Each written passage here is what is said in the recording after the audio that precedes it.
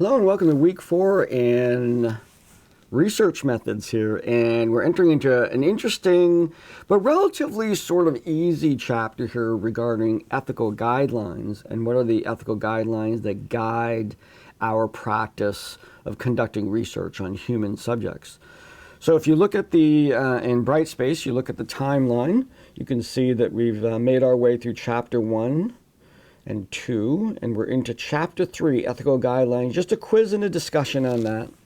And I think one of the goals that I have in this particular chapter is kind of show where this came from. It's come from some pretty sketchy history in psychology itself, let alone in medicine, and just over the years what has happened in terms of how do we treat human beings when we're trying to learn about human beings. And of course, we have, ethical guidelines regarding using animals as well. But if we go into the course book, and we have chapter 3 here for us, and I introduced you to the first do no harm part that came out. This has to do with the Hippocratic Oath, and Hippocrates was a Greek scholar who was kind of the founder of modern medicine.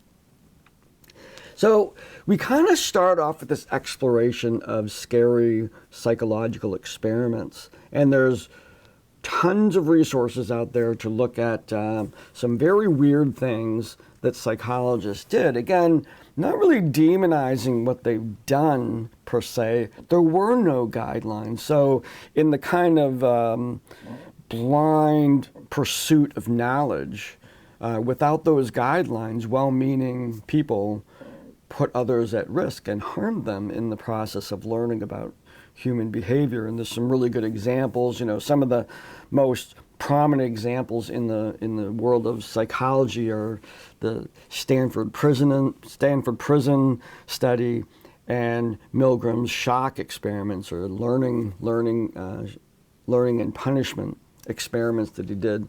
Both of these researchers contributed interesting information to the field of knowledge about human behavior, but probably what they're most famous for is for creating such an uproar in their work that it actually promoted the development of guidelines. So we're going to spend some time looking at that.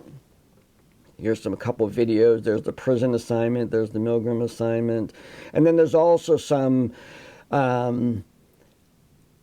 and I'll make the connection between World War II and Milgram's study when we talk about that.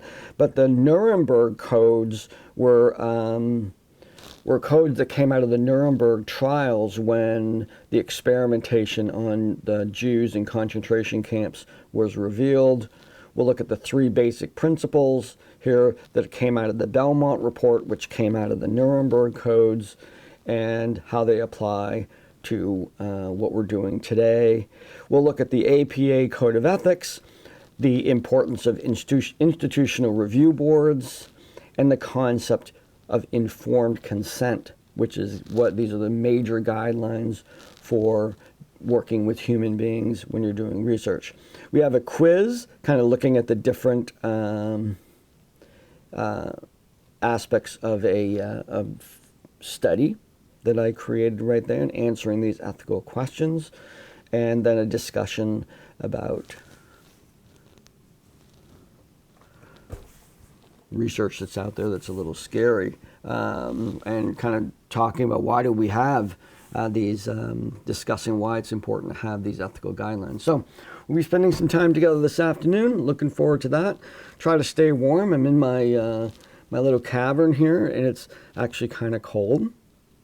And I'm hoping my heaters will warm up by this afternoon, and it'll be a great time. So I'll see you later today.